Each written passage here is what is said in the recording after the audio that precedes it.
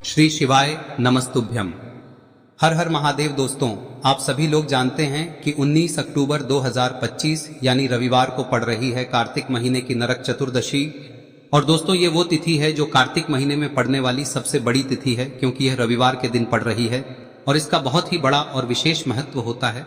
पूज्य गुरु जी ने कहा है, अगर कभी भी मौका लग जाए और कार्तिक महीने की नरक चतुर्दशी तिथि रविवार के दिन एक लोटा जल, उसमें बड़े प्रेम से कोई थोड़ा सा इत्र का अगर भाग मिल जाए और इत्र ना मिले तो पीला चंदन या लाल चंदन डालकर, अगर कहीं आंवले का वृक्ष हो, पीपल का वृक्ष हो और बेलपत्र का वृक्ष हो, 3 जगह पर थोड़ा सा वो लोटा जो घर से लेकर जाओगे, पात्र लेकर जाओगे, रूप चतुर्दशी के दिन तीनों वृक्ष के नीचे एक ही कलश से थोड़ा थोड़ा जल 3 स्थान पर चढ़ाइए और बाबा से अपने मन की बात कहकर आई है।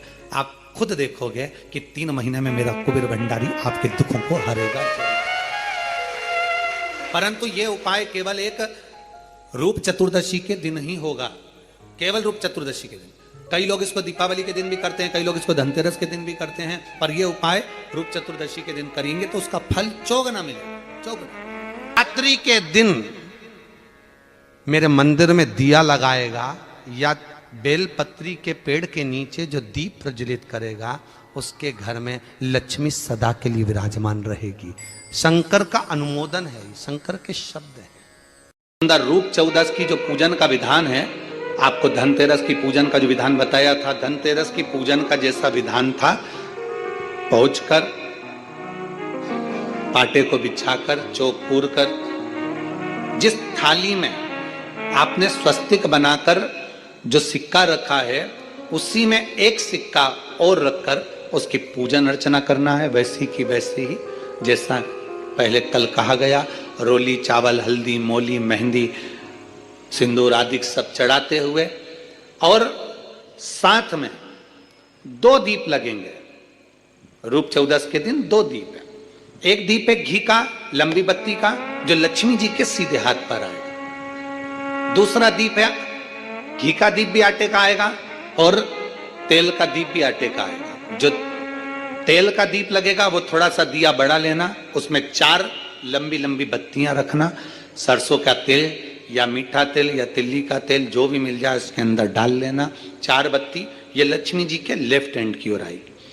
उसी आटे का तेल का जो दिया रहेगा, उसके अंदर या तो पीली सरसों या काली सरसों, जो राई होती है, सरसों होती है, उसके थोड़े से दाने उसमें डाल दिए जाते हैं। लक्ष्मी जी का पूरा पूजन बड़े भाव से करिए, जल का छींटा दीजिए, रोली, चावल, मोली, हल्दी जो भी है आपके पास समर्पित करने के लिए पूजन की थाली में, वो समर्पित करिए। मीठे का भोग लगाइए और भोग लगाने के बाद में बड़े प्रेम से 5 कमलगट्टे, 5 हल्दी की गठान, 5 अमर बेल के टुकड़े। अमर बेल होती है एक लंबी सी बेल, पेड़ों पर चलती है, पीले कलर की, जो कि पूरे पेड़ पर छाई रहती है। उसको कहीं पर भी डाल दिया जाए वो बढ़ती चली जाती है। वो हमारे वंश की वृद्धि के, लक्ष्मी की वृद्धि के लिए श्रेष्ठतम मानी जाती है। 5 टुकड़े अमर बेल के, 5 हल्दी की गठान, 5 कमलगट्टे दोनों हाथ में लेकर मां लक्ष्मी से प्रार्थना करते हुए उन सिक्कों पर समर्पित कर दीजिए। सिक्कों पर समर्पित कर कर जो घी का दिया लगाया है तुमने लक्ष्मी जी के सीधे हाथ पर, उसको उठाकर माता की आरती कर लीजिए। जो तेल का दिया है, घी का दिया वापिस रखकर आरती के बाद में जो तेल का दिया है 4 बत्ती वाला जो तुम जला कर रखी हो, उसको पूरे घर में घुमाकर रूप चतुर्दशी के दिन, रूप चौदस के दिन, नरक चौदस के दिन पूरे घर में घुमाकर, सारे घर के दरवाजे खोलकर बड़े प्रेम से घुमाकर, मुख्य द्वार के बीच में, जो घर से बाहर निकलने वाला द्वार है, उसके ठीक बीचों बीच वो दिया 4 बत्ती का रख देना चाहिए। कुछ देर के लिए दरवाजे खुले रखना चाहिए। पूरे घर में माता लक्ष्मी का स्मरण करते हुए श्री शिवाय नमस्तुभ्यम बोलते हुए दिया रखकर जब वापिस आए, माता लक्ष्मी को झोली पसार कर प्रणाम कर कर कहें, माँ हमारे घर में निवास करो, आपका भंडार सदा भरा रहे, खाली ना हो। हे माँ, जैसे हम दामोदर मास की कथा का रसपान कर रहे हैं, कार्तिक मास की कथा को श्रवण कर रहे हैं, जैसे हमने कार्तिक के महत्व को जाना है और उस महत्व को जाना कि लक्ष्मी भगवान शिव की आज्ञा से जाती हैं, नारायण की आज्ञा से जाती हैं, उसी तरह आप हमारे घर में शिव और नारायण की आज्ञा से विराजमान होइए। माँ को प्रणाम करिए बड़े भाव के साथ। ऐसी ही ये रूप चतुर्दशी की पूजन का विधान है। ये रूप चतुर्दशी की पूजन करेगा। जो थाली आपने धनतेरस के दिन रखी है उस थाली को आप रात्रि को हटा सकते हो, दूसरे दिन फिर वही थाली रखा जाती है। तीसरे दिन दीपावली का जो पर्व होगा, कल की कथा में आपको 2 बजे से 5 बजे तक जो कथा होगी कल की, आज की कथा तो 9 बजे से 10 बजे तक है, पर कल की कथा 2 बजे से 5 बजे तक होगी। 2 से 5 इसलिए रखी है क्योंकि उसमें 3 दिन की पूजन का विधान बताना है, एक दीपावली का, फिर पड़वा का, फिर दूज का। तो बड़े प्रेम से उस कथा को, कल की कथा को अपन 2 बजे से 5 बजे तक श्रवण करेंगे। भगवान को अपने हृदय की बात, अपने चित्त की बात, अपने मन की बात बाबा को प्रार्थना करते हैं। लक्ष्मी का दीप कभी भी गोल बत्ती का नहीं होता, लक्ष्मी का दीप हमेशा लंबी बत्ती का होता है, हमेशा लंबी बत्ती का होता है। बाती जो लगाई जाती है दीपावली पर लगाओ, चाहे आप धनतेरस पर लगाओ, चाहे आप रूप चौदस पर लगाओ, चाहे पड़वा पर लगाओ, चाहे दूज पर लगाओ, बाती हमेशा लंबी होना चाहिए, लंबी बाती, चाहे तेल की लगा रहे हो चाहे घी की लगा रहे हो। अड़चन वाला काम है, कितना भी अड़चन डला हुआ काम है, कितनी भी अड़चन आ रही हो उसमें, कितनी भी अड़चन, कितना भी अड़चन का काम क्यों ना हो, 5 दिन है तुम्हारे पास में, धनतेरस, रूप चौदस, दीपावली, पड़वा और दूज। क्यों हमारे सनातन धर्म में, क्यों हमारे हिंदू धर्म में दीपावली की इतनी महत्वता होती है, क्यों होती है?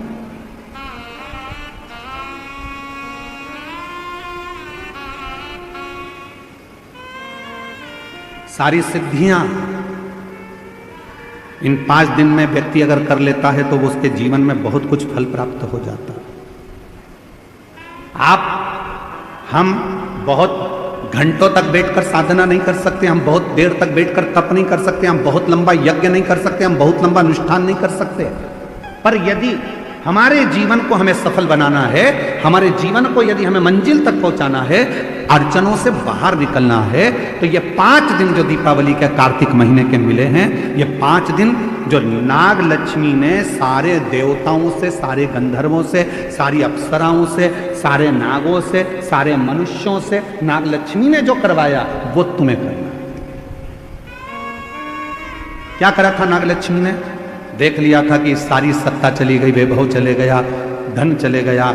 जब बहुत अड़चन आकर खड़ी हो गई, असुरों ने आक्रमण कर कर सब कुछ ले लिया, कहीं राह नहीं मिल रही थी, तो नाग लक्ष्मी ने कहा कि तप करने में बहुत समय हो जाएगा, साधना करने में बहुत समय हो जाएगा, यज्ञ करने में बहुत समय हो जाएगा, तो एक काम करो, शिव को अति प्रिय है बेलपत्र, एक बेलपत्र ले जाओ, शिव जी के शिवालय पर चढ़ाना प्रारंभ करो। शिवालय कहाँ ढूंढे? तो नागों ने नागलोक में जो नागेश्वर थे उन पर चढ़ाए, बैकुंठ में जो बैकुंठेश्वर थे देवताओं ने वहां चढ़ाए, ब्रह्मलोक में जो ब्रह्मेश्वर थे ब्रह्मेश्वर पर चढ़ाए, गंधर्व लोक में जो थे गंधर्वों के लिए वहां चढ़ाए। सबने भगवान शिव की आराधना करना प्रारंभ किया, सब। और क्या आराधना करी उन्होंने? उनको नहीं मालूम था कि नाग लक्ष्मी ने कहा है 5 दिन बेलपत्र लेकर जाते, शिव जी को जल चढ़ाकर एक बेलपत्र समर्पित करते और प्रणाम कर कर आ जाते। ये 5 दिन आप बड़ा यज्ञ नहीं कर सकते, साधना नहीं कर सकते, तप नहीं कर सकते, आराधना नहीं कर सकते, तो अपने घर के अंदर पूरे घर में भ्रमण कर कर एक बेलपत्री को बीच वाली पत्ती से पकड़कर पूरे घर का भ्रमण कर कर अपने मन की कामना कर कर बाबा देवादिदेव महादेव को ये 5 दिन रोज एक बेलपत्र चढ़ाना प्रारंभ करो। 5वां दिन हो दूज का, उस दिन एक बेलपत्र जब चढ़ाओ तो उसी बेलपत्र को वापस लेकर आ जाओ और अपने घर में किसी भी जगह पर उसको साल भर रखकर देखिए, जिंदगी की सारी अड़चनें समाप्त होगी, कार्य में सफल। यह नाग लक्ष्मी के पूजन का दिन।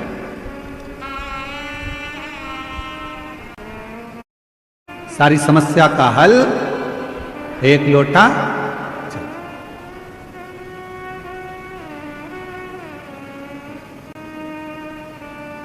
महाराज नागलक्ष्मी ने सबसे कहा कि साधना करो, भगवान शिव को रिझाओ।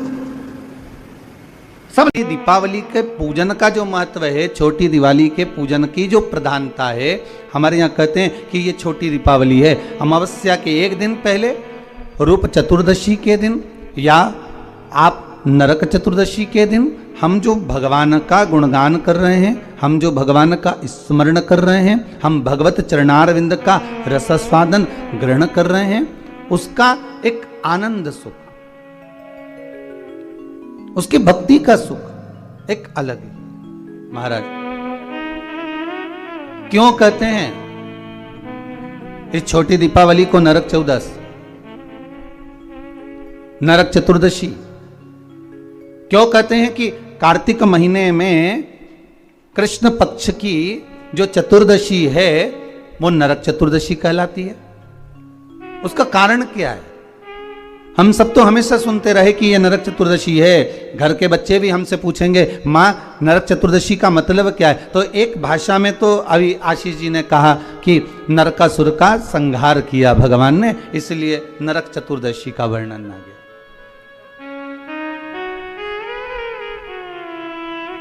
केवल एक नरकासुर का संहार करने पर नरक चतुर्दशी का महत्व वर्णन हो, पर हमारे शास्त्र, हमारे वेद, हमारे पुराण हमें जो वर्णन करते हैं महाराज, एक सुंदर नगरी में रांतिदेव नामक का एक राजा निवास कर रहा है। बड़ा सुंदर भाव है महाराज उस रांतिदेव का।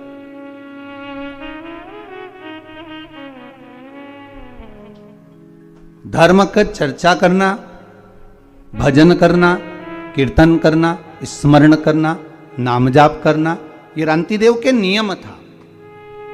धर्म से पीछे कभी नहीं हटा, क्योंकि मानव का यदि शरीर मिला है, मनुष्य की देह मिली है, तो मानव का शरीर अगर प्राप्त हुआ है तो हम क्यों ना धर्म से जुड़कर चलें? हम क्यों ना सत्कर्म करें? हम क्यों ना भगवत चर्चा करें? हम क्यों ना भगवत स्मरण करें? अगर मानव का शरीर मिला है तो बड़ी मुश्किल से प्राप्त होता है महाराज।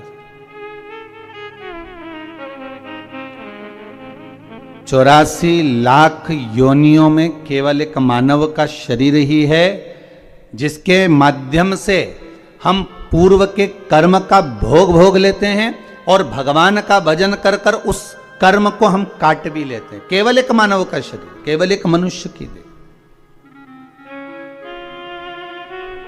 आस्था चैनल के माध्यम से जितने श्रोता भाई बहन कथा को श्रवण कर रहे हैं, आस्था चैनल के माध्यम से जितने भाई बहन कथा श्रवण कर रहे हैं, सुन रहे हैं, या फेसबुक यूट्यूब पर इस कथा का रसास्वादन आप ग्रहण कर रहे हैं, तो उसका महत्व समझे कि मानव का जो शरीर मिला बड़ा मुश्किल से मिला है। 84 लाख योनियां महाराज, पत्नी हर योनि में प्राप्त होगी।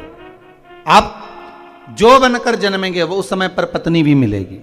आप जिस योनि में प्राप्त होंगे उस योनि में आपके बच्चे भी होंगे। हर योनि में कुटुंब भी होता है, कबीला भी होता है, पत्नी भी होती है, पति भी होता है, बच्चे भी होते हैं। हर योनि में आपको सब कुछ मिलेगा। खाने को भी प्राप्त होगा, पानी पीने को भी मिलेगा, आपको रहने के लिए कोई क्वार्टर, कोई घर, जहां अस्तबल आदि जिस योनि में हम हैं उसमें कुछ ना कुछ आपको रहने के लिए भी प्राप्त होगा। पर हर योनि में बच्चे भी मिलेंगे, पत्नी भी मिलेगी, पति भी मिलेगा, कुटुंब कबीला भी मिलेगा, भोजन करने को अन्न भी मिलेगा, या अन्न भाग जो आप खा सकते हो वो मिलेगा, पीने के लिए जल भी मिलेगा, रहने के लिए आपको भवन भी मिलेगा। आप जहां रहने का है वो सब प्राप्त होगा, प्रत्येक योनि में प्राप्त होगा, प्रत्येक योनि में। बस एक चीज प्राप्त नहीं होगी, वो क्या महाराज? भगवान की सेवा, भजन, पूजन, स्मरण और भगवत नाम की चर्चा। इसलिए कलयुग केवल नाम। इतने धर्मात्मा राजा थे, हर पल हर घड़ी हर क्षण दान पुण्य संकीर्तन सब करा, नरक चतुर। पर जब अंतिम समय आया, नरक चतुर्दशी का महत्व समझ रहे हैं अपन। आज नरक चतुर्दशी का आज का जो महत्व है वो समझ रहे हैं।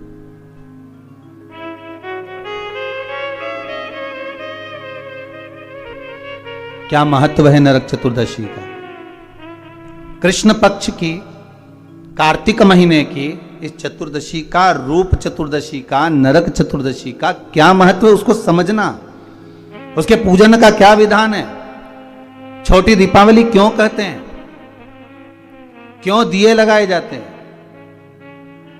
उसके महत्व को समझिए। महाराज क्रांतिदेव का जब अंतिम समय आया और यम के दूत आए क्रांतिदेव को बंदी बनाने के लिए, तो क्रांतिदेव ने पूछा, आप कौन हो, कहां से आए हो? भगवान का भजन करने वाला, स्मरण करने वाला, भगवत नाम की चर्चा करने वाला, कीर्तन करने वाला, दान पुण्य करने वाला, सत्कर्म करने वाला, भगवत नाम के भजन में डूबने वाला जब अंतिम समय में अपने प्राणों को छोड़ता है, तो महाराज शिव महापुराण की कथा कहती है, हमारे धर्म और शास्त्र कहते हैं, भजन करने वाला जब प्राणों को छोड़ता है तो यम के दूत सामने खड़े रहते हैं और उस जीव को ले जाने का जब समय होता है तब वो यम के दूत से चर्चा भी कर लेता है, बात भी कर लेता है। कई लोग कहते हैं महाराज जी, क्या मरने वाला व्यक्ति यमदूतों से बात करता है? क्यों नहीं करता? क्रांतिदेव का चरित्र कर रहा है, आज नरक चतुर्दशी का चरित्र कर रहा है। क्रांतिदेव यमदूत सामने खड़े हैं और उनसे बात कर रहा है। शिव महापुराण में राजा श्वेत का चरित्र आता है, यमदूत सामने खड़े हैं और राजा श्वेत उनसे बात कर रहा है। इसको कहते हैं नरक चतुर्दशी। क्यों? क्रांतिदेव को नरक से छुड़ा लिया था इस। कई बच्चे पूछते हैं कि नरक चतुर्दशी का मतलब क्या, नरक चतुर्दशी का मतलब क्या? बताना पड़ेगा कि क्रांतिदेव को नरक से छुड़ाया था आज के। फिर क्रांतिदेव ने क्या करा? कहा, महाराज इसी नरक चतुर्दशी के दिन ब्राह्मण का भोजन कराया, गौ माता को द्वार पर बुलाया, दरवाजे पर जब गाय नहीं आई तो जहां गाय बंधी थी वहां जाकर गौ माता को घासा भोजन का जिमाकर उसका आचमन कराया। उसका फल क्या हुआ? क्रांतिदेव को फिर नरक नहीं भोगना पड़ा। फिर क्रांतिदेव जब प्राण त्यागे तो भगवान के धाम में पहुंच गए, सीधे भगवान के द्वार पर।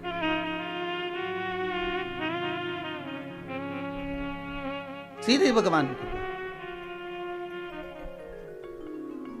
और महाराज जब जीवन में परख हो जाए, जीवन में अगर परख हो जाए तो जीवन का सुख ही दूसरा है। इसलिए कहते हैं ना महाराज, ऐसो कोई नहीं रे